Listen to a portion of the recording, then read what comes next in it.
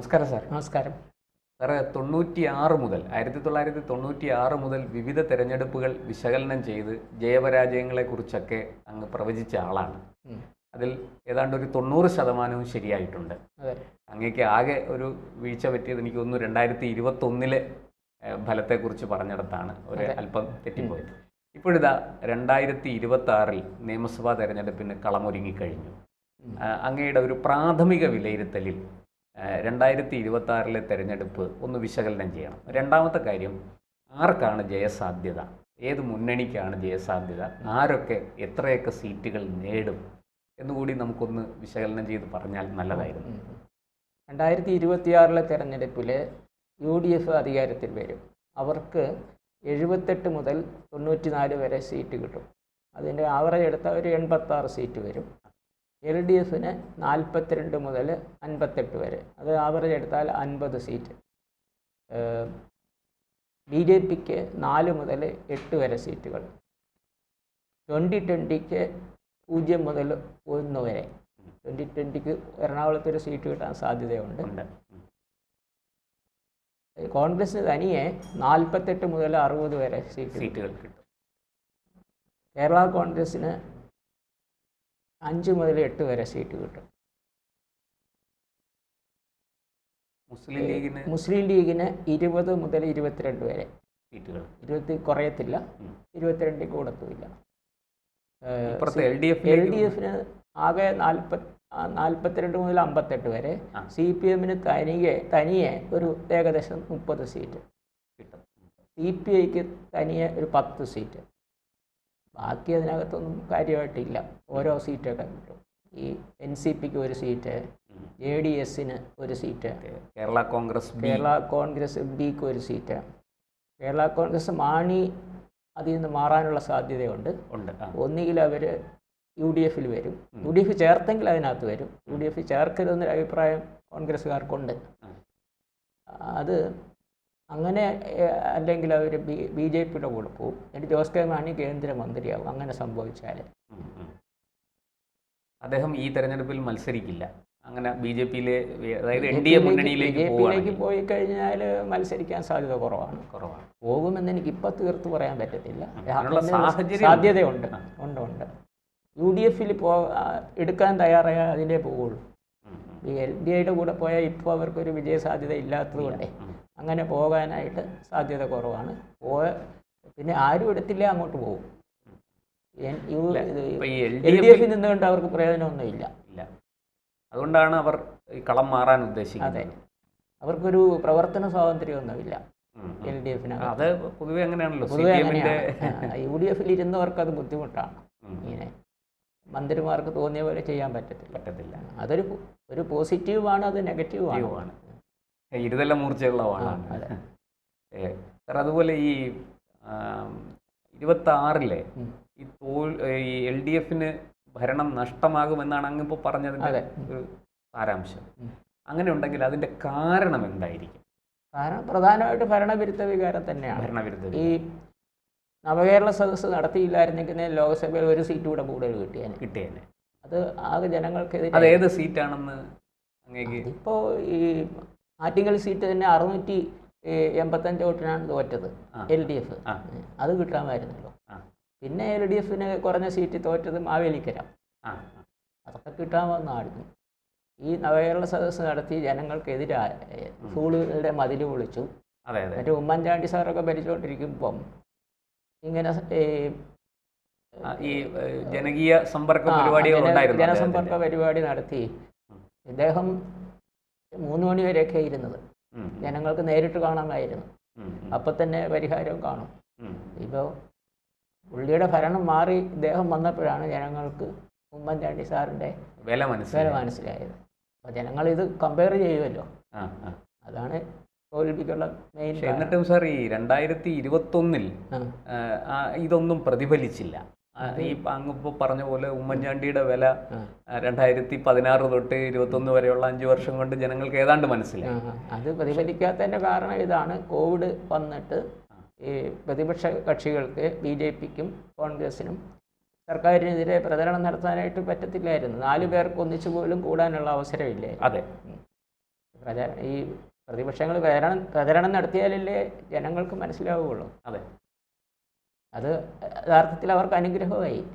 അത് ലോകത്ത് മുഴുവൻ ഭരണകക്ഷിക്ക് അത് അനുഗ്രഹമായിരുന്നു കോവിഡ്. സാർ, അതുപോലെ തന്നെ ഈ കിറ്റ് കൊടുത്തത് ഈ കോവിഡ് സമയത്ത് അതൊക്കെ ഈ ഭരണം കുറച്ച് അവർക്ക് പ്രയോജനം ചെയ്യും. പക്ഷെ ഇനി അത് ചെയ്താലും പ്രയോജനം ചെയ്യത്തില്ല. കാരണം ഒരു തന്ത്രം പലതവണ ഫലിക്കത്തില്ല. ഒരു തന്ത്രം ഒരു തവണ അത് ഫലിക്കത്തുള്ളൂ. കാരണം ഇവർക്ക് ജനങ്ങൾക്ക് കുറേ ബുദ്ധിയുണ്ടല്ലോ. ഇവർ രാഷ്ട്രീയക്കാർ വിചാരിക്കുന്നത് പോലെ തീരെ ബുദ്ധിയില്ലാത്തവരല്ല. അല്ല, ഇപ്പോൾ സാറ് ഈ നിലമ്പൂരിലെ നിലമ്പൂരിൻ്റെ കാര്യം അങ്ങ് പറഞ്ഞായിരുന്നു. നിലമ്പൂർ UDF ജയിക്കാനാണ്. അതെ. എന്തായിരിക്കും നിലമ്പൂരിൽ UDF ജയിപ്പിച്ച ഒരു കീ പോയിന്റ് എന്തായിരിക്കും അങ്ങയുടെ നോട്ടത്തിൽ? കീ പോയിന്റ് അവിടെ വന്യമൃഗ ആക്രമണം അതാണ് മെയിനായിട്ട്. അത് ഒത്തിരി ബാധിക്കുന്ന സ്ഥലമാണ്. അത് ഈ മലമ്പ്രദേശമാണ്. വനത്തിനോട് കൃഷിയൊക്കെ ബാധിക്കും. ജനങ്ങളുടെ ജീവനും സ്വത്തിനും ഒരുപോലെ നാശം. ഈ ഇലക്ഷന് ഒരാഴ്ച മുമ്പാണ് അനന്തു എന്നൊരു പയ്യൻ ഷോക്കേറ്റ് മരിച്ചത്. ഈ പന്നിക്ക് വെച്ച കെണിയിൽ നിന്ന് ഷോക്ക് അടിച്ചത്. അതൊക്കെ അത് ഞാനെനിക്ക് കിട്ടിയ വിവരം ഈ മരിച്ച കുട്ടിയുടെ കുടുംബക്കാർ LDFകാരാണെന്നാണ്. പിന്നെ അവർക്ക് മിണ്ടാൻ പറ്റത്തില്ലല്ലോ. അത് ശരിയാണോന്ന് അറിയത്തില്ല. അതുപോലെ ഈ നിലമ്പൂരിൽ അൻവർ അവിടെ മത്സരിച്ചു. ഈ അൻവർ അവിടെ ഒരു ഘടകമായോ? LDF പരാജയപ്പെടുത്തുന്നതിൽ അൻവറിന് എന്തെങ്കിലും അവിടെ ഒരു അൻവറിന്റെ പങ്ക്? അൻവർ കാരണം 20,000-നടുത്ത് വോട്ട് പിടിച്ചു മത്സരിച്ചത് കൊണ്ട് ഒരു അൻവറിന് കിട്ടിയ ഒരു 60% വോട്ടും കോൺഗ്രസിന് കിട്ടേണ്ടതാണ്. 40% LDF ശരിക്കും. അല്ല, അൻവർ LDF വന്നപ്പോഴാണ് LDF ആ സീറ്റ് പിടിച്ചെടുക്കാൻ സാധിച്ചത്. അതെ. 2016 പൊതുവെ ഭരണകക്ഷിയോടൊരു വിരോധം ഉണ്ടാകാൻ സാധ്യത ഉണ്ടായിരുന്നു. അതും എല്ലാം കൂടെ ചേർത്ത അൻവറിന്റെ എഫക്റ്റും പിന്നെ പേഴ്സണലായിട്ട് ഒരു 10,000 വോട്ട് കിട്ടും. അങ്ങനെയാണ് ജയിച്ചത്. പിന്നെ LDF അവിടെ അവരുടെ തനത് വോട്ട് 60,000 വോട്ടൊക്കെ ഉണ്ട്. ഇതെല്ലാം കൂടെ ചേർന്നപ്പോഴാണ് അവിടെ ജയിച്ചത്. ഇവിടെ ഇപ്പോൾ അങ്ങയുടെ നോട്ടത്തിൽ ഈ പറഞ്ഞതുപോലെ കോൺഗ്രസിന് കിട്ടേണ്ട ഒരു 60% വോട്ട് അൻവറിന് കിട്ടിയിട്ടുണ്ട്.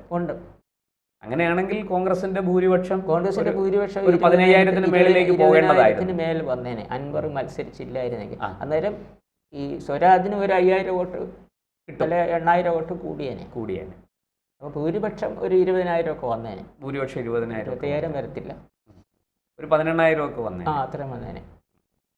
അതുപോലെ നമുക്ക് ഈ 26 വന്നാൽ അങ്ങ് പറഞ്ഞു BJPക്ക് 4 മുതൽ 8 സീറ്റുകൾ വരെ കിട്ടാൻ സാധ്യതയുണ്ട്. ഇത് ഏത് കേരളത്തിന്റെ മലബാർ മേഖലയാണോ, തിരുവിതാംകൂറാണോ, കൊച്ചിയാണോ, മധ്യ തിരുവിതാംകൂറാണോ, ഏത് മേഖലയിൽ നിന്നായിരിക്കും? തിരുവനന്തപുരം ജില്ലയിൽ ഒരു 2 സീറ്റ് കിട്ടാൻ സാധ്യതയുണ്ട്. അതിൽ ഏറ്റവും സാധ്യത നേമമാണ്. നേമം ഏകദേശം ഉറപ്പിക്കാം. പിന്നെ സാധ്യതയുള്ളത് കാട്ടാക്കട, കഴക്കൂട്ടം, ഇതൊക്കെ സാധ്യതയാണ്, ഷുവറല്ല. പിന്നെ ഉള്ളത് തൃശ്ശൂർ ജില്ലയിൽ ഒരു 4 സീറ്റ് കിട്ടാൻ സാധ്യതയുണ്ട്. 2 മുതൽ 4 വരെ. അത് തൃശ്ശൂർ സിറ്റി മണ്ഡലവും ഇരിങ്ങാലക്കുടയും ഉറപ്പാണ്. തൃശ്ശൂർ പത്മജയെ നിർത്തിയാൽ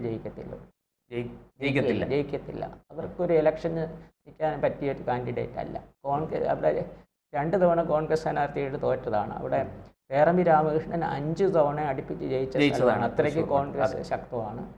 ആ സീറ്റിൽ വന്ന് ഇവർ തോറ്റുപോയി. അവർക്ക് ഇലക്ഷൻ ജയിക്കാനുള്ള ഇതില്ല. ചില കാൻഡിഡേറ്റ്സിനെ ഈ ഇലക്ഷനെ ഫേസ് ചെയ്യാനുള്ള ഇതില്ല, അതിനുള്ള കഴിവില്ല. അവർ പത്മജയാണ് നിൽക്കുന്നതെങ്കിൽ തോറ്റുപോകും. വേറെ ആര് നിന്നാലും ജയിക്കും. അതുപോലെ ചില സീറ്റുകളിൽ അങ്ങനെയുണ്ട്.